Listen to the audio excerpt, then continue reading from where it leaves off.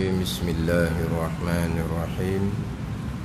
Alhamdulillahi rabbil alamin, wassalatu wassalamu ala sayyidil mursalin wa ala alihi wa sahbihi ajma'in.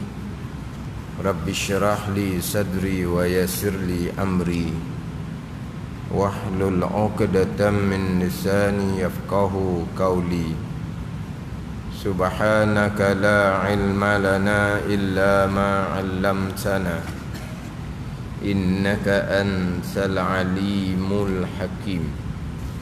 Wala haula wala quwwata illa billahil aliyyil azim. Kitab Penawar Bagi Hati, muka surat 39, baris yang ke-9 daripada bawah. Qala al-muallifu rahimahullahu ta'ala wa nafa'ana bi'ulumihi amin. Dan tiada haram oleh ghibtah, dan iaitu ghibtah, bahawa engkau mencita-cita akan nikmat yang seperti nikmat orang lain dengan ketiadaan hilang nikmat itu, yakni dengan ketiadaan mencita-cita hilang nikmat itu daripada orang lain. Dan tiada haram oleh ghibtah. Ghibtah ni bukan hasad. Apa ghibtah? Dan iaitu ghibtah ni bahawa engkau mencita-cita akan nikmat yang seperti nikmat orang lain. Kita berkehendak akan bagi diri kita seperti nikmat yang dapat oleh saudara kita. Kita nak nikmat yang sama, tetap dengan ketiadaan hilang nikmat itu daripada, dengan ketiadaan mencita-cita hilang nikmat itu daripada orang yang lain. Ini hasad, kita cita hilang nikmat yang ada pada saudara kita. Kemudian nikmat tu dapat kepada kita ke, nikmat tu tak dapat kepada kita ke, kita tak kira. Yang kita cita, yang kita suka di hati, nikmat saudara kita hilang. Dan nikmat tu dapat kepada kamu ke, dapat kepada kita ke, tak dapat pada kita je, itu suku kira. Janji saudara kita hilang nikmat, itu hasad. Oh ni jauh ni. Dia tidak cita di hati hilang nikmat daripada orang lain, daripada saudaranya. Cuma dia cita nak dapat nikmat yang sama. Tu ghibtah. Memang jauh nak beza dengan hasad. Ghibtah, ghabita, yaghbitu, ghabtan. Ghibtah. Cuma dalam qamuh dia tulis iri hati. Iri hati ni dengki lah dah. Dia tulis iri hati dalam qamuh Marbawi. Dia letak dua makna dalam qamuh Marbawi. Iri hati, satu lagi makna taruh hati berkehendakkan seperti itu. Tu. Taruh hati berkehendakkan seperti itu. Maknanya dia nak nikmat yang sama seperti orang lain dapat. Itu ghibtah. Tapi kalau terjemah dengan iri hati kita ni itu maksud dengki juga tau. Kan gitu. Hasad, dengki, iri hati bukan sama je makna dia. Jadi terjemah dengan iri hati. Tapi letak dua makna dalam qamuh Marbawi. Taruh hati berkehendakkan seperti itu, nak dapat nikmat yang sama. Tapi tidak cita di hati hilang nikmat daripada orang lain. Itu dia panggil ghibtah. Itu tidak haram, bahkan boleh menjadi pendorong untuk berjaya di dunia dan berjaya di akhirah. Sebab Nabi SAW bersabda, al-mu'minu yaghbitu wal munafiqu yahsudu. Nabi kata orang mukmin dia ghibtah, berkendak akan nikmat saudaranya yang semula seperti nikmat saudaranya. Itu ghibtah. Dan dia tidak berkehendak hilang nikmat. Dia nak nikmat yang sama seperti nikmat saudaranya, tapi dia tidak cita di hati hilang nikmat daripada saudara tu, daripada orang lain. Adapun orang munafik, dia hasad akan saudara yang Islam. Itu orang munafik. Orang mukmin dia yaghbitu. Nabi kata mana ghibtah ni, Nabi kata orang mukmin yang ghibtah. Contohlah, kalau saudara kita pandai ni dalam bab ilmu agama, dia pun nak pandai sama jugalah. Saudara kita ni rajin buat amal, kita pun nak rajin buat amal macam dia lah. Itu ghibtah dia panggil. Kalau hak tu hak bangsa akhirah. Kalau bangsa dunia gitu juga. Orang lain tu berjaya macam ni ilmu dunia, berjaya pekerjaan dunia, kita pun nak berjaya macam dia juga, nak dapat nikmat macam dia juga. Tapi di hati tak ada lah cerita nikmat orang lain tu Tuhan tarik atau ghibtah. Orang mukmin ghibtah. Nabi kata orang munafik dia hasad. Faham ni? Jadi ghibtah bukan kata tidak haram, bahkan itulah di antara sifat orang mukmin. Hasad, cita di hati hilang nikmat saudara, hilang nikmat orang lain. Nikmat tu dapat kepada dia ataupun nikmat tu tak dapat pada dia, tak kira. Cuma hati dia suka, hati dia berkenan, saudaranya hilang nikmat ataupun saudaranya Tuhan turunkan bala. Ini kita maklum ni, ini haram, dosa besar. Di antara penyakit hati yang besar daripada segala penyakit hati, hasad. Hasad, dengki. Hasad tu bahasa Arab, dengki tu bahasa Melayu. Kemudian terdahulu didatangkan punca bagi hasad, sebab bagi hasad. Jadi kita nak menghilangkan hasad, kita kena menghilangkan punca penyakit hasad. Di antara punca penyakit hasad adalah takabur. Maka apabila kita buang sifat takabur, kita sifat tawadhu', rendah diri, maka hilanglah ni sifat hasad, sifat dengki. Di antara sebab hasadnya adalah berseteru. Kalau kita berbaik-baik, kalau kita berbaik-baik tidak bermusuhan, maka hilanglah sifat hasad. Ni kalau mari daripada dua punca ni. Yang ketiga, semata-mata jahat nafsu. Inilah Imam Ghazali kata payah nak hilang. Jahat nafsu semata-mata. Nak kata dia sombong, yang dapat nikmat tu memanglah dia tabik. Orang tu memang dia tabik. Orang ni orang yang istimewa ni, cerdik lagi, rajin lagi, memang istimewa dia ni. Mana dia tabik orang ni. Dia hormat orang ni. Dia tak ada sombong dengan orang tu. Kemudian orang yang ditabik tu pula dia baik sangat-sangat. Kawan dia, keluarga dia memang tidak berseteru. Tiba-tiba keji nafsu dia gedengki juga. Ni hak payah. Ada ni. Ni hak payah. Kalau kata berpunca daripada takabur, mujahadah, hilang sifat takabur, hilanglah sifat hasad. Berseteru, kita bermaaf-maafanlah, berbaik-baiklah, maka hilanglah hasad. Sebab kita sudah berbaik-baik. Tapi kalau kita tidak sombong dengan dia dan kita tidak berseteru dengan dia, tiba-tiba hasad juga. Ni berpunca daripada jahat nafsu semata-mata. Ni hak paling sukar untuk hilang. Jalan kitab pernah bagi hati didatangkan 3 sebab 3 punca bagi sifat hasad. Dalam kitab Sairus Salikin, di antara punca sifat hasadnya, kita takut hilang maksud yang maksud hak kita nak. Kita ada maksud. Contohnya kalau kita ada ilmu, kita ada tujuan daripada ilmu kita tu, nak dapat kedudukan, nak dapat kemuliaan, nak dapat sanjungan.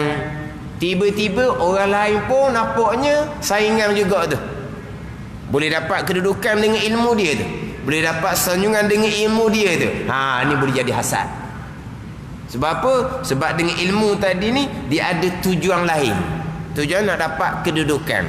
Tapi kalau dengan ilmu, dengan tujuan untuk dapat redha Allah, dapat rahmat Allah, dapat kurniaan Allah, redha Allah, rahmat Allah, kurniaan Allah tu luar.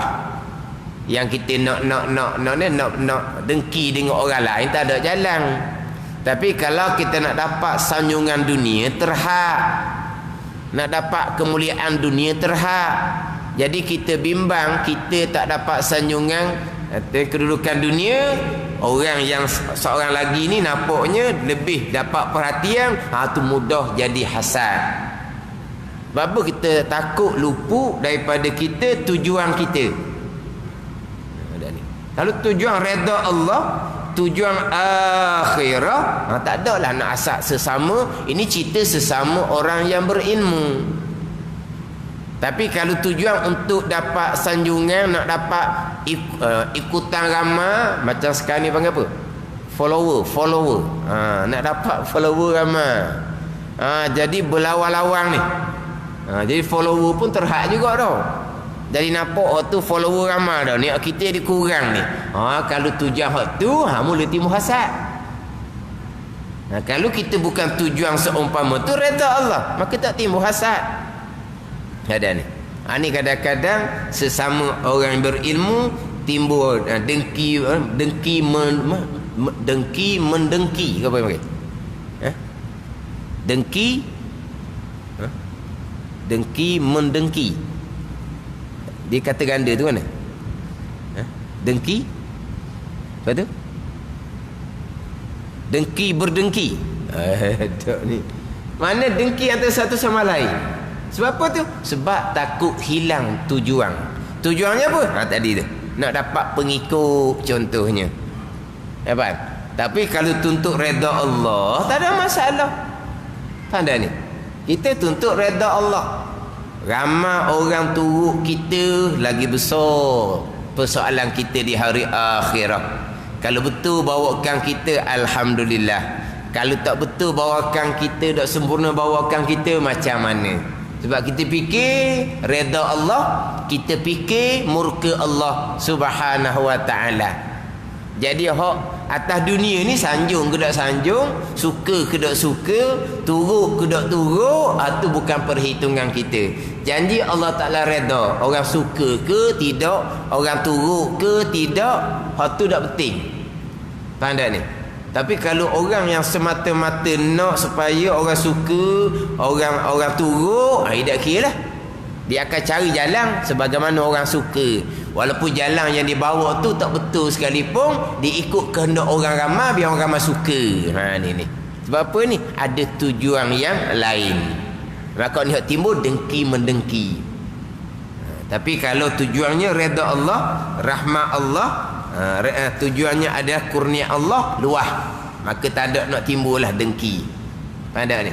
Ni hak berkaitan dengan di antara punca-punca sebab dengki. Selain daripada dalam kitab pernah bagi hati ni datangkan 3: takabur, berseteru dan keji nafsu.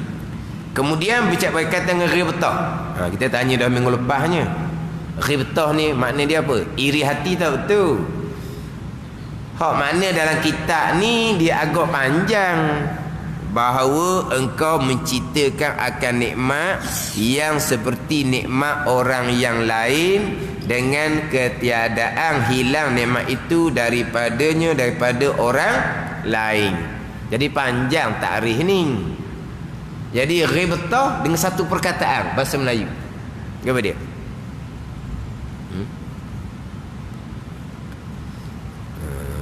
Dalam FB minggu lepas ada orang yang terjemuh dengan cemburu. Cemburu lain. Cemburu tu pergi kepada ghiratun. Ghiratun, ghairatun.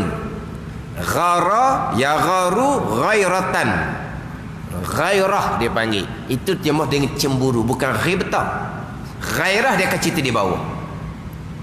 Ghairah ni diterjemuh dengan cemburu. Ghibtah bukan terjemuh dengan cemburu. Terjemuh tak adalah hak panjang. Tapi kita tak mahu panjang tu, itu takrif dia. Kita nak mana yang singkat. Apa dia? Ghibtah. Kita nak dapat nikmat seperti saudara kita dapat. Tapi kita tidak cerita di hati supaya nikmat yang ada pada saudara kita tu Tuhan tarik, bukan. Kita nak dapat nikmat yang sama ada nikmat agama ataupun nikmat dunia. Apa dia?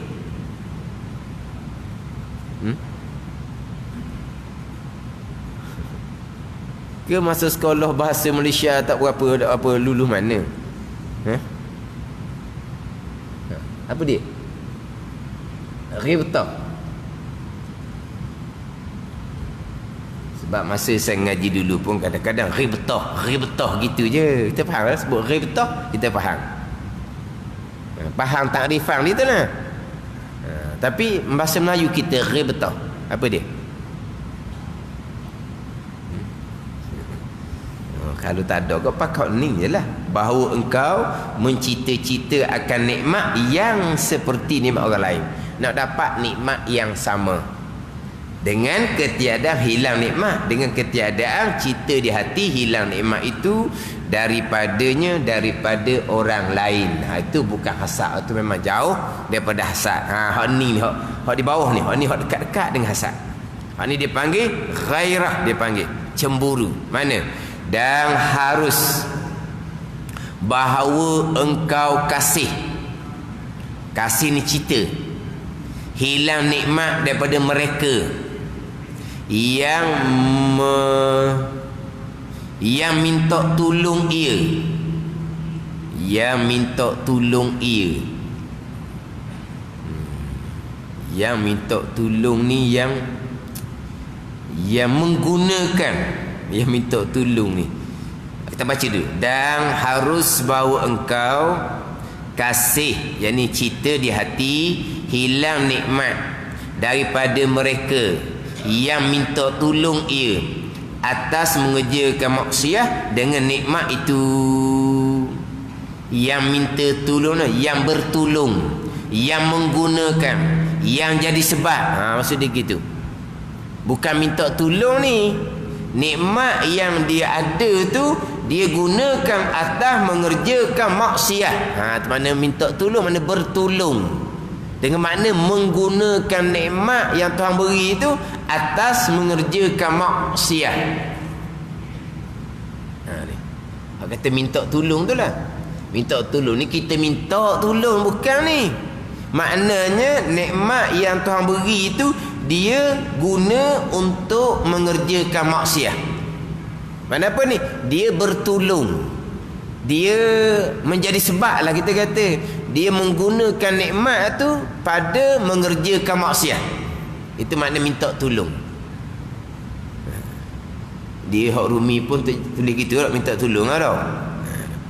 Dan harus bahawa engkau kasih ni cita hilang nikmat daripada mereka yang minta tolong ia mereka yang bertolong, yang menggunakan nikmat tu atas mengerjakan maksiat dengan nikmat itu. Hak ni hak dekat-dekat dengan hasad ni. Hasad cita di hati hilang nikmat. Hak ni pun cita di hati hilang nikmat. Sebab apa tu? Sebab nikmat tu digunakan untuk buat maksiat. Situ. Tapi hak permulaannya, sama je tu permulaan. Cita di hati hilang nikmat orang lain. Kenapa? Kerana orang lain tu dia menggunakan nikmat atas mengerjakan maksiat. Faham tak? Hak ni dia panggil ghairatun, yang diterjemah dengan cemburu. Ghairatun. Tapi setengah orang panggil hasad juga. Dia panggil hasad juga. Hasad yang dibenarkan pada syarak. Hasadnya di mana? Hasadnya kerana cita di hati hilang nikmat orang lain. Hasadlah tu. Cita di hati hilang nikmat. Tetapi kenapa cita di hati hilang nikmat orang lain? Kerana ia menggunakan nikmat itu atas mengerjakan maksiat. Situ. Situ jadi hasad ni hasad yang dibenarkan pada syarak. Terkadang disebut dengan hasad juga. Dia panggil ghairatun. Terjemahan dalam kamus cemburu. Tu cemburu. Bukan ghibtah. Ghibtah bukan cemburu. Ghairatun diterjemah dengan cemburu. Ghara yagharu ghairatan. Tu cemburu diterjemah dalam kamus. Hak ni hak saya biasa buat misal. Misal tu guru lah. Contohnya sama-sama ngaji, rajin belajar. Akhirnya orang tua beli motor. Senang sikit duduk pondok nak pergi mana-mana ada motor ni. Ada motor, senanglah nak pergi ke mana-mana. Tiba-tiba lepas dapat motor, mana kerek dah dia poteng kelah. Selama ni tak pernah-pernah pun poteng kelah. Tak pernah-pernah pun poteng kelah. Lepas ada motor ni nampaknya kerap kali dah dia ponteng kelah. Macam-macam alasan lah. Dan ada motor ni orang panggil apa? Langkah panjang. Sebelum ni langkah pendek. Nak pergi ke mana-mana payah. Maka timbullah cerita di hati kawan yang lain ni. Kalau ayah dia mari ambil semula motor tu. Tu cerita di hati hilang nikmat lah tu. Ada motor tu satu nikmat, satu kegunaan tu. Tapi dia guna kok lain. Dia guna sampai peringkat poteng belajar. Walaupun bukan hantar maksiat tu, tapi poteng belajar.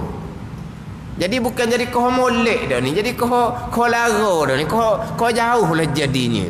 Gi situ, gi sini. Maka timbullah cita di hati kawan-kawan ni.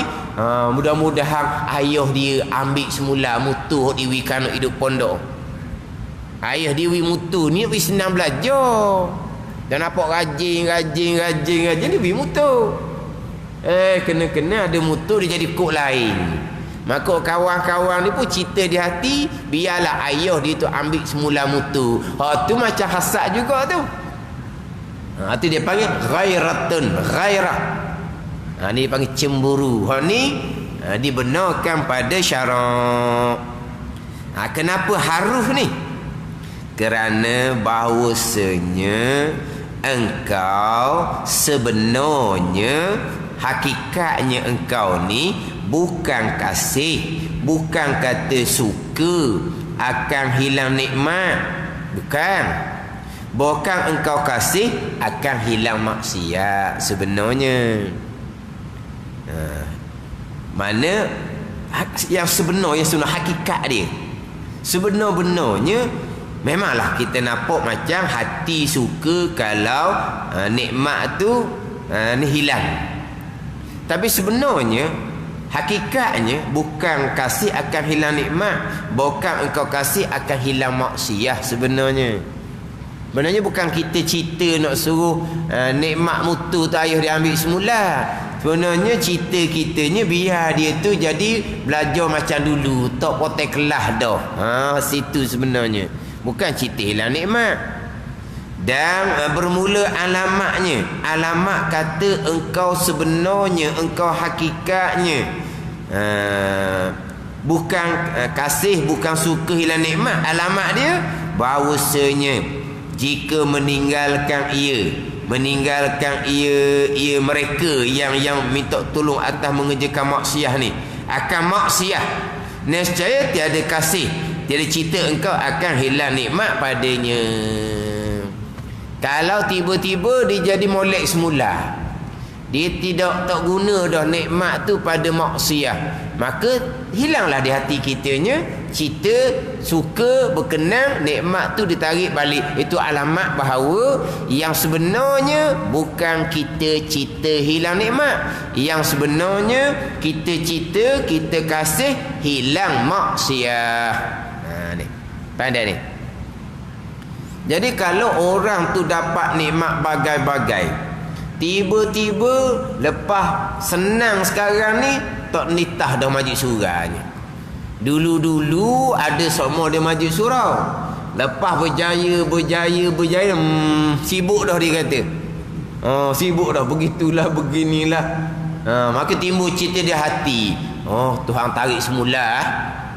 Lepas Tuhan beri nikmat bagai-bagai, ingat ke bertambah kuat mari majlis surau. Sebab apa? Nak bersyukur dengan nikmat bagai-bagai tu.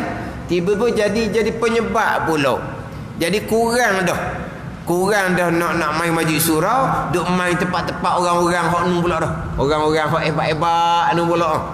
Jadi pasal lain dah dianya. Selepas berjaya ni dapat nikmat yang banyak daripada Allah ni, dia jadi pasal lain. Ke agama ni kau kurang. Jadi banyak kepada hak melalaikan, hak sia-sia, hak maksiat.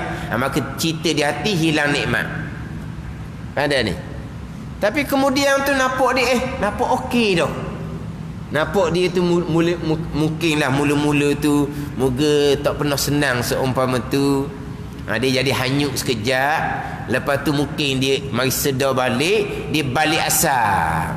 Maka hilanglah cita di hati supaya Tuhan tarik nikmat. Tu alamatnya bukan kasih hakikat sebenarnya, bukan kasih hilang nikmat. Kasih hilang maksiat. Bila dia hilang maksiat, dia berhenti daripada maksiat, kita pun tak ada adalah nak cita di hati hilang nikmat. Pada ni. Ni kadang-kadang bukan kata di hati, keluar mulut kadang-kadang ni. Allah dia ni lepas berjaya jadi senang ni apalah, jadi peseng sombong, jadi peseng lupa diri ni. Mudah-mudahan Tuhan tarik balik boleh cakap mulut seumpama tu. Sebab apa? Sebab hati suka Tuhan tarik balik. Sebab apa ni? Sebab dia jadi kok lain lah jalanan dia ni. Lepas dapat nikmat ni jadi tak macam dulu lagi dah. Faham tak? Tiba-tiba dia jadi balik pada asal. Bila balik pada asal ni tak ada lah di hati kita cita hilang nikmat. Maknanya sebenar bukan cita hilang nikmat, sebenarnya cita kasih hilang maksiat. Itu dipanggil ghairatun. Tetapi terkadang orang sebut dengan hasad yang dibenarkan pada syarak. Sebab apa disebut sebagai hasad juga? Sebab apa disebut sebagai hasad juga? Sebab hak depan tu sama je. Apa hak depan? Hak depannya cita di hati hilang nikmat orang lain. Hasad tu. Tapi cita di hati itu dengan tujuan yang baik, supaya dia tinggal maksiat. Itu beza di situ. Tapi di awalnya sama sahaja. Cita di hati hilang nikmat daripada orang lain kerana dia menggunakan nikmat atas perkara maksiat. Jadi kod depan tu sama, sebab tu setengah dipanggil inilah contoh hasad yang dibenarkan pada syarak. Nama sebenarnya adalah ghairatun, ghairah. Setengah guru dibaca dengan ghairatun. Ghairatun. Dia terjemah dengan dan kamu terjemah dengan cemburu. Kita pun sebut cemburu pun tak berapa nak tepat dengan bahasa kita. Dah. Kita cemburu ni pasal apa? Lain cemburu dah. Panggil cemburu juga gitu. Tak berapa nak saya sebut cemburu tu, itu terjemahan kamu. Macam ghibtah tu. Kamu terjemah dengan iri hati. Tak kena tu kalau dengan bahasa kita sekarang lah. Kalau bahasa dahulu tu wallahu alam.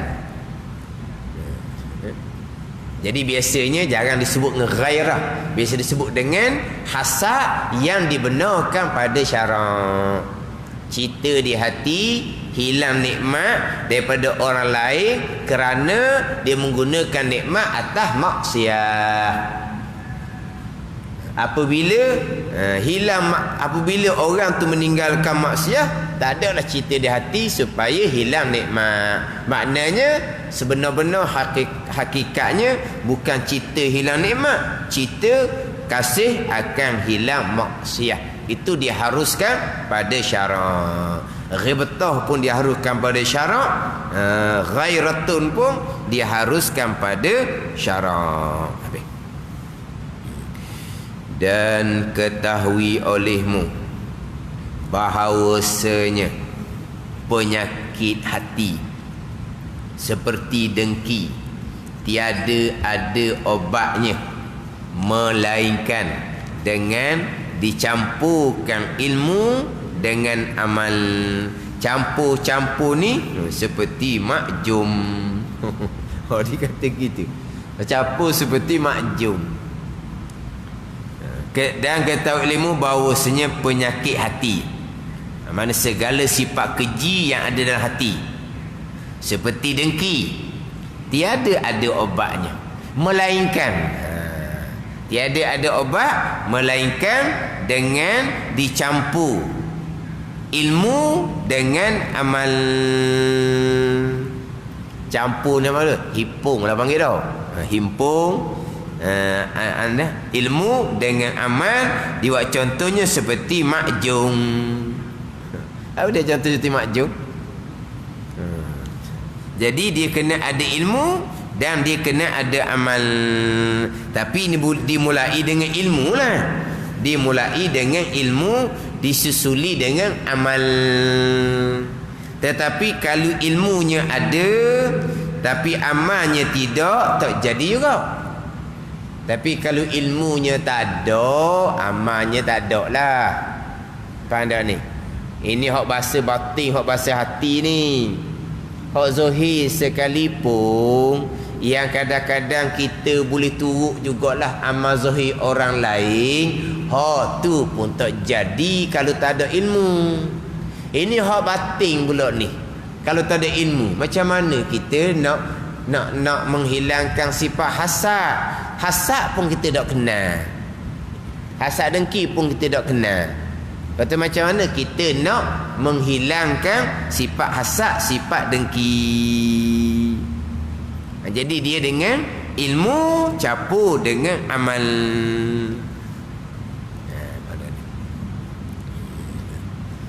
Sebab hasad ni daripada sebesar-besar penyakit hati. Hasad ni sebesar-besar penyakit hati. Nak tak ada obat melainkan dengan ilmu dan amal. Ilmunya macam mana, amalnya macam mana. Sama juga dengan sifat-sifat yang lain. Dan kita pernah bagi hati ni dimulai dengan tiap-tiap satu sifat kecelaan didatangkan takrifan dia, didatangkan hukum dia, didatangkan dalil ayat Quran dan hadis Nabi berkaitan dengan tiap-tiap satu sifat. Kena didatangkan pula punca-punca sifat kecelaan. Barulah pergi pula kepada macam mana nak menghilangkan. Ni hak dalam kitab Penawar Bagi Hati. Ni hak fardu ain kepada kita. Bukan hanya ceramah sifat kecelaan, riya, ujub, hasad, takabur. Sifat kecelaan, riya, ujub, hasad, takabur. Sifat kepujian, ikhlas, syukur, sabar, tawakul. Contoh gitu je. Tu tak cukup seumpama tu. Hak fardu ain kitanya tiap-tiap satu sifat kita kena ngaji molek satu-satu sifat tu. Lepas tu barulah fardu ain bukan hanya sebut bilangan sifat kecelaan, sebut bilangan sifat kepujian, bukan. Sebab ada orang diceramah, ni kita duk ceramah ni. Sebut dah sifat kecelaan, sebut dah sifat kepujian, bukan fardu ain lagi dia kata. Bukan. Itu baru sebut, baru bilang. Fardu ain kita satu-satu sifat tu. Apa dia sifat tu? Samalah juga kalau setakat kita duk sebut berpeganglah dengan akidah ahli sunnah wal jamaah. Jangan sesekali berpegang dengan akidah Mu'tazilah. Ada fardu ain lagi ke gitu? Suruh berpegang dengan akidah ahli sunnah tu. Suruh berpegang dengan akidah ahli sunnah. Dan mana akidah ahli sunnahnya? Mana akidah mu'tazilahnya? Kena jelas molek lah. Mana akidah ahli sunnah, mana akidah mu'tazilah. Tu fardu ain kitanya. Ceramah saja tak jadi. Kita semayang ni biar lengkap syarat dan rukun. Ceramah gitu je. Tak cukup gitu. Kena ajar syaratnya apa. Rukunnya ada berapa. Syarat bagi rukunnya ada berapa. Tu fardu ain. Kalau buat ceramah saja semayang molek, biar sempurna zahir dan batin. Syarat zahir sempurna, syarat batin sempurna. Dah ajar ke tak? Ceramah saja tak jadi. Macam tadilah. Ceramah sebut sifat-sifat kecelaan, sebut sifat-sifat kepujian. Hak fardu ain kita kena mengaji tiap-tiap satu sifat tu apa dia. Hak tu fardu ain kepada kita, bukan hanya ceramah saja. Macam ceramah kata bab taubah. Ceramah bab taubah. Apa dia taubah? Apa dia syarat taubah? Apa dia rukun taubah? Dosa ada berapa bahagian? Tiap-tiap bahagian dosa tu berapa rukun taubah? Hak tu hak fardu ain kepada kita, ilmu. Malah pergi kepada amal. Ilmu kena pergi kepada amal. Tanpa ilmu tak ada amal. Ilmu sahaja hak tu tak jadi hija pula kalau tanpa disertakan dengan amal.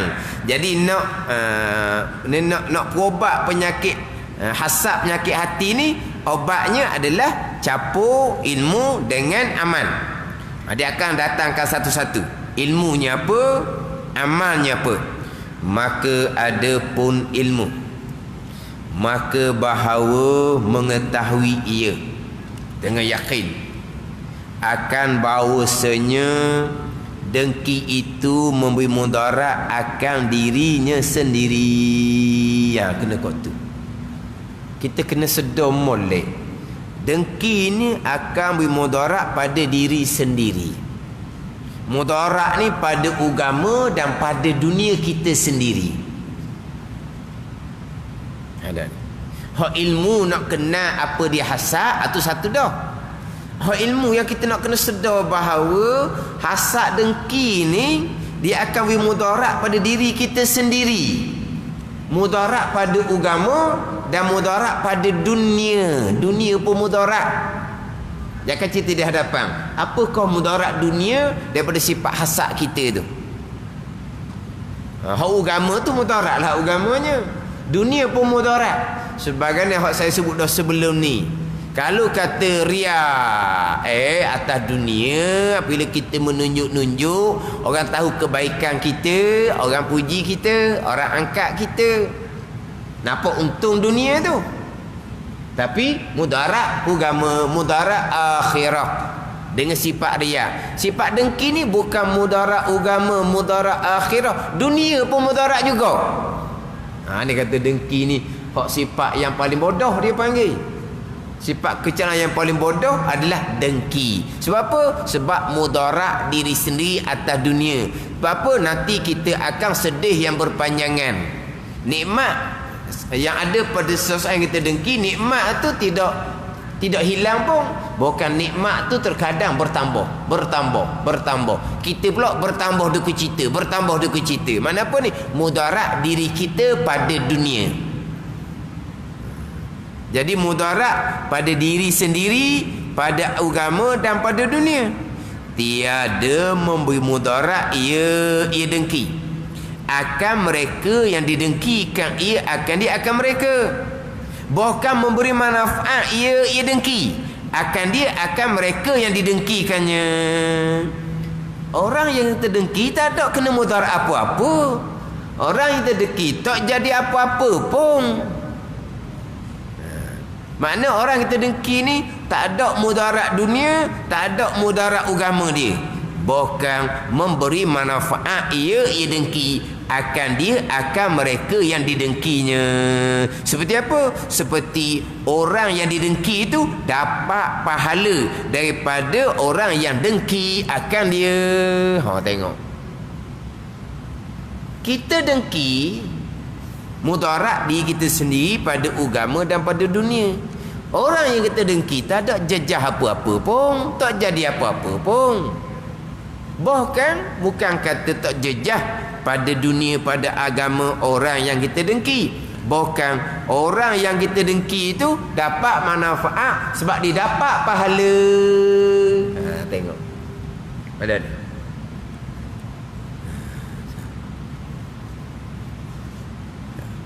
Kemudian ada pun bahawasanya dengki itu, ini nak huraf pula satu-satu ni.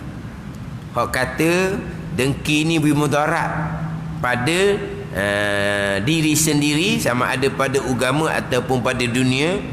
Tidak bermudarat kepada orang yang kita dengki, sama ada pada agama ataupun dunia orang yang kita dengki. Bahkan orang yang kita dengki dia dapat pula manfaat. Kok jalan mana dengki ni memudaratkan diri kita pada agama dan pada dunia. Adapun bahawa sedengki itu memberi mudarat akan orang yang dengki ni pada agama ni, maka kerana membatalkan ia dengki akan pahala kebajikannya, pahala kebajikan orang yang dengki.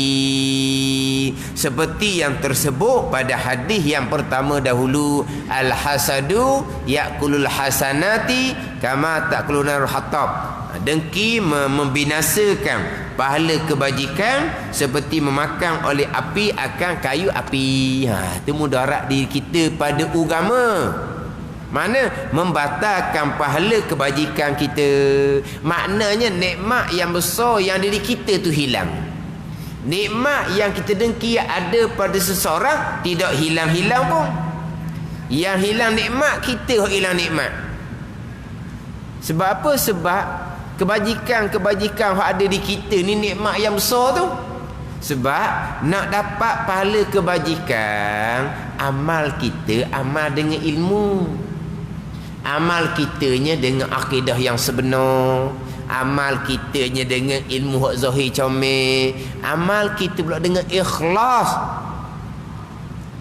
Kalau kita amal dengan riak, tak ada dah pahala kebajikan. Sekarang ni hak pahala kebajikan ni amal kita dengan ikhlas. Tanda ni. Tiba-tiba bila kita dengki, membinasakan pahala kebajikan amal kita tu. Hak nikmat yang paling besar yang ada di kita tu, bekalan hari akhirah. Jadi nikmat orang yang terdengki tak hilang, tak jejah pun, tak jadi apa pun. Nikmat ada kita ni hilang. Itu mudarat diri kita pada agama. Tambahan lagi, mengsebabkan oleh dengki itu akan murka Allah Subhanahu wa taala akan orang yang dengki itu. Tuhan murka pula. Hilang dah pahala kebajikan, Tuhan murka pula.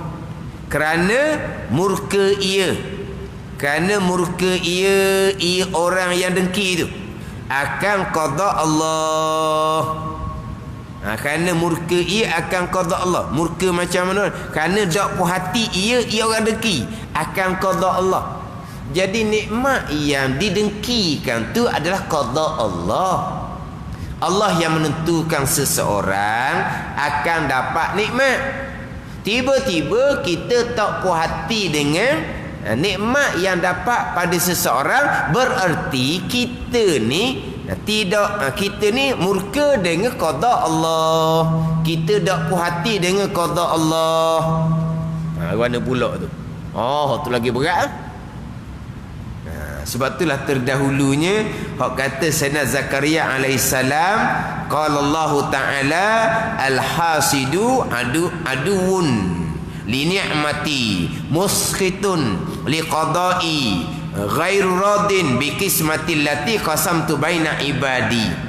Firman Allah dalam setengah kitab-kitab, kitab Samawiyah terdahululah, bukan Al-Quranul Karim.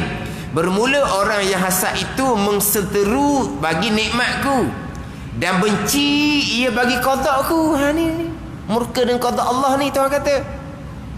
Tak puas hati dengan qada Allah Subhanahu wa taala dan tidak redha ia dengan bahagiku yang aku bahagi ke antara hamba-Ku. Hak nikmat tu hak aku bahagi, Tuhan kata. Dia tak redha, kena-kena tak setuju dianya. Ni bab dengki ni. Hak terbinasa pahala, hak haram dosa besar, satu hadah ni. Murka Allah. Kenapa? Kerana kita murka, kita tak puas hati, kita tak setuju dengan qada dan qadar Allah Subhanahu wa taala. Bukan gitu. Kalau kita redha dengan qada Allah, nikmat yang ada tu qada Allah, ujian bagi dia lah pulaknya dengan nikmat bagai-bagai. Tuhan bahagi dah kan. Hak milik Tuhan belaka kan. Kenapa kita nak capur tangan? Boleh kepada orang lain, kita tumpang gembira.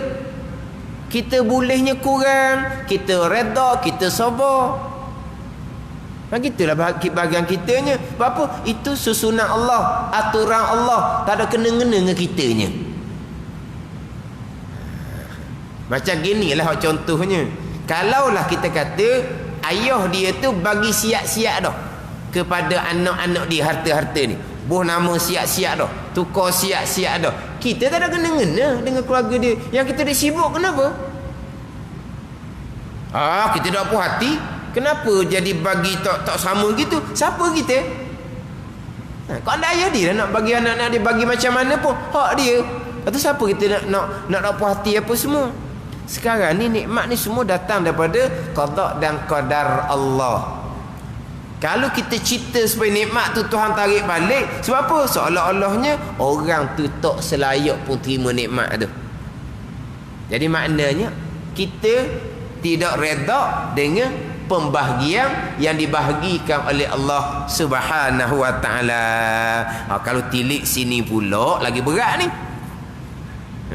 Bukan setakat dosa besar, bukan setakat binasa pahala kebajikan, mensebabkan tu murka. Kenapa? Kerana kita tu murka, tak puas hati dengan qada Allah Subhanahu wa taala, dan kikir ia dan bakhil ia, kedeku ia orang dengki dengan nikmat Allah Subhanahu wa taala yang meluaskan ia Allah akan dia akan nikmat daripada pembendaharaannya, pembendaharaan Allah atas hambanya. Situ pula. Jadi dia buat dia kedeku. Hak nikmat yang Tuhan beri itu daripada pembendaharaan milik Allah Subhanahu wa taala.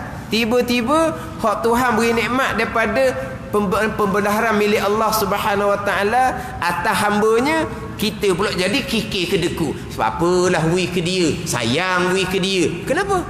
Hak Allah taala kan.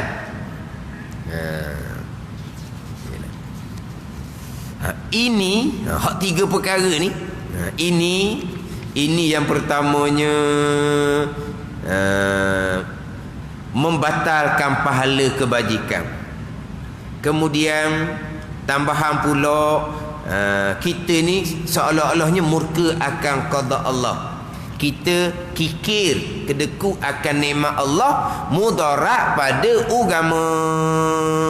Ni panggil mudarat pada agama. Mana? Dah batal pahala kebajikan, mudaratlah agama kita. Macam mana kita nak berhadapan di mahsyar kalau pahala kebajikan kita terbatal? Pahala kebajikan kita pun bukanlah banyak sangat. Tiba-tiba pahala kebajikan kita terbatal, mudarat pada agama kita. Hak tadi pula murka Allah sebab kita tidak redha dengan qada Allah. Kita bakhil pula dengan nikmat yang telah kurniakan kepada hamba dia. Hak inilah di antara sebesar-besar berdosa yang memberi cedera pada agama kita. Inilah sebesar-besar dosa yang bercedera pada agama kita sendiri. Sebab apa? Sebab kita tidak redha dengan qada Allah. Kita bakhil dengan nikmat hak kepunyaan Allah yang telah kurniakan kepada hamba Allah Subhanahu wa taala. Siapa kita? Ni cerita hak mudarat pada diri. Adapun mudarat dengan dengki itu pada dunianya, pada dunia orang yang dengki ni pula, maka bahawasanya orang yang dengki itu sentiasa ia di dalam duka cita berpanjangan. duka cita, kesakitan, kesah hati yang berpanjangan. Kerana bahawasanya seteru orang yang dengki itu tiada sunyi daripada nikmat. Nikmat orang yang dengki itu tak ada hilang-hilang pun. Nikmat tetap pada orang yang kita dengki. Bukan terkadang nikmat bertambah-tambah. Bila nikmat bertambah-tambah, duka cita kita pula jadi bertambah-tambah. Itu mudarat atas orang dengki, mudarat di dunia. Ada ni. Hak ni hak mudarat di dunia pula. Mana apa? Hati dia duka cita, sakit hati dia, susah hati dia. Dah. Cita di hati hilang nikmat. Nikmat kekal. Bukan nikmat kekal, nikmat bertambah, berpanjangan. Tengok Allah kawan tu, lepas satu dia dapat, dia pun kau tambah 1000 semua hati dia ni. Itu mudarat di dunia. Mudarat agama, binasa pahala kebajikan. Mudarat agama dimurkai oleh Allah kerana kita tak reda dengan qada Allah dan kita kikir dengan nikmat Allah Ta'ala yang terluaskan daripada pembedaran Allah Ta'ala atas hambanya. Ni hak paling besar sebenarnya. Hak paling besarnya, kita tidak reda dengan qada Allah, kita tidak puas hati dengan qada Allah, kita jadi sayang bakhil dengan nikmat kurniaan Allah Subhanahu wa Ta'ala. Ini binasa atas orang dengki, binasa pada agama dan juga binasa pada dunia. Dan ada pun bahawa dengki itu memberi manfaat. Ia dengki itu akan seterusnya yang dengki ia akan dia boleh manfaat pula orang yang didengki, dengan bahawa orang yang didengki dapat pahala kerana orang dengki kepadanya. Tengok. Jadi orang yang dengki mudarat agama, mudarat dunia. Orang yang didengki tak ada mudarat apa-apa. Agama dia pun tidak mudarat, bukan didapat pahala. Dunia dia pun tidak mudarat. Dengan semata-mata orang dengki, dunia dia tidak terjejah. Terkadang dunia dia nikmat, Tuhan tambah-tambah laginya. Jadi orang yang dengki yang mudarat, orang yang didengki tidak ada kena mudarat. Kenapa kita nak dengki seumpama tu? Tak ada bukan kata tidak manfaat pada diri kita, mudarat pada diri kita.